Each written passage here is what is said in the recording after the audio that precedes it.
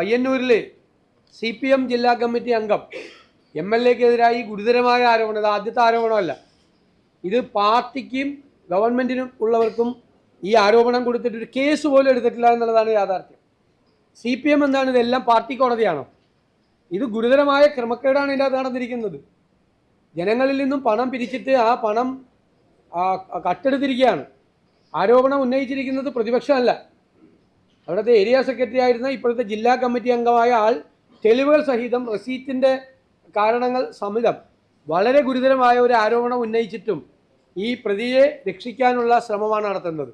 Party തന്നെ അന്വേഷിച്ച് case ഒതുക്കി തീർക്കുകയാണ്.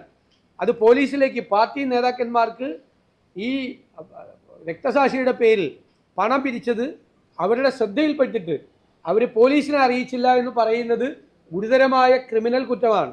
ഒരു ക്രൈം നടന്നു എന്ന് പറഞ്ഞിട്ട് അത് പോലീസിനെ അറിയിക്കാതിരിക്കുന്നത് ഗുരുതരമായ ക്രിമിനൽ കുറ്റമാണ്.